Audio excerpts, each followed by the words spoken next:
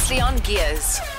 Creatures right here on Gears, Balls Visual Radio, and Kevin Carter, of course, who was a South African photographer who was killed in action. Whoa, this is quite a story that is emanating out of Germany, as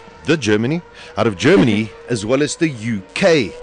And I'm not overly surprised by this. I'll be very honest. According to a specialist publication in Germany, now it's not all confirmed, but I've seen it on a few different reports coming through during the course of this morning. Ron Dennis has been demoted at McLaren.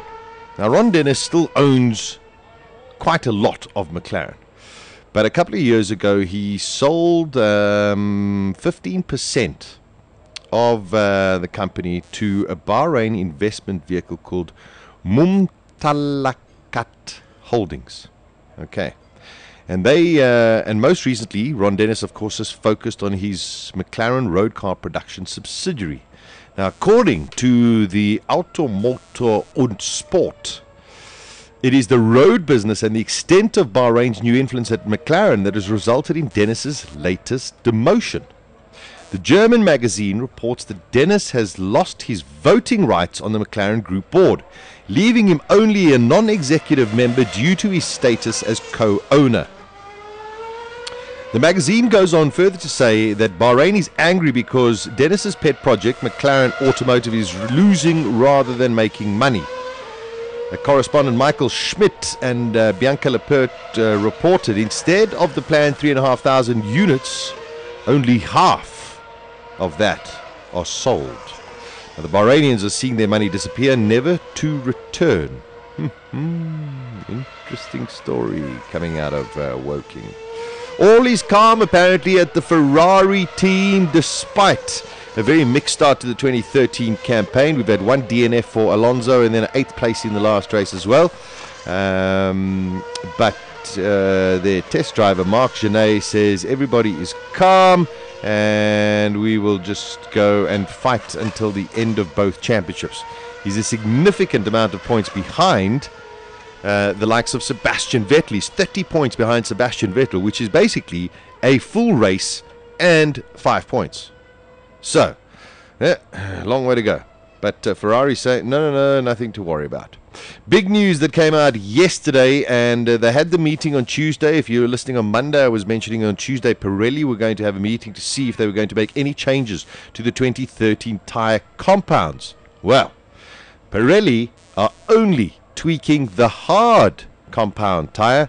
They've announced that they've made a minor tweak to the tyre compounds and that it will be only the hard compound tyre.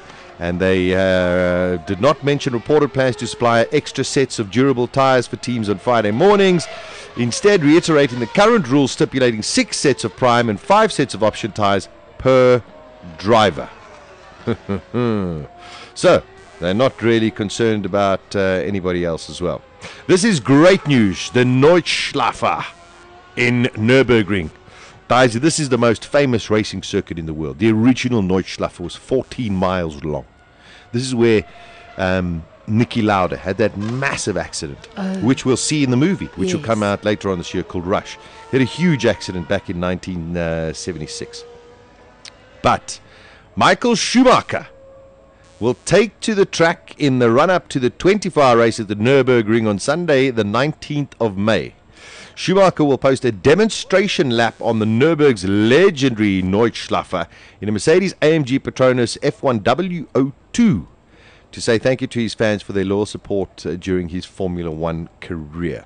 The last time a Formula One car went around the Nordschleife was with Nick Heidfeld in the BMW, and I think he did it in something like 7 minutes or something.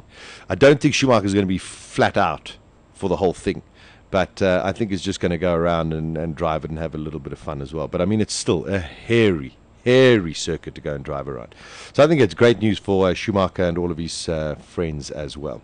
There we go. That's a look at the world of Formula One. Just to let you know, Robert Kubica, former Formula One driver, was testing with the McLaren simulator a couple of days ago, and he's taken an early lead in the Rally of Azores. Let's hope he can keep it all together and go out and actually post a win for himself. There we go. That's the world of motor racing and Formula One. I think DTM starts this weekend. Hopefully that's going to be live on Supersport, and also hopefully the VW Scirocco Cup could also be on Supersport. I'd really like to see that, because you remember last year we had the youngster Calvin van der Linde, who came in here, and Calvin is racing in that series in Germany, and they're the pre-race to the DTM. And from the reports that I've got, Calvin van der Linde has been quicker than anybody so far. A lot of the South African motorsport guys are really starting to do well, or are doing well. Well, those who have the opportunity to go there, we need more people, more sponsors to sit there and say, listen, let's take some of these guys and back them. That's what we really need. Yeah. All right, some news next week, and hopefully we'll get him on Skype as well, on Callan O'Keefe. But he has his first race this weekend. I'll be watching it very closely on the interwebs, and of course I'll give you all of the details on Monday. But good luck to Callan O'Keefe, and fly the flag high, my friend. Look out, if we do get pictures of it or something, you'll see the big South African flag on his Red Bull Racing junior car as well. So good luck. So we had a birthday today, or somebody's birthday today, Roger Taylor. Yes. From Durran.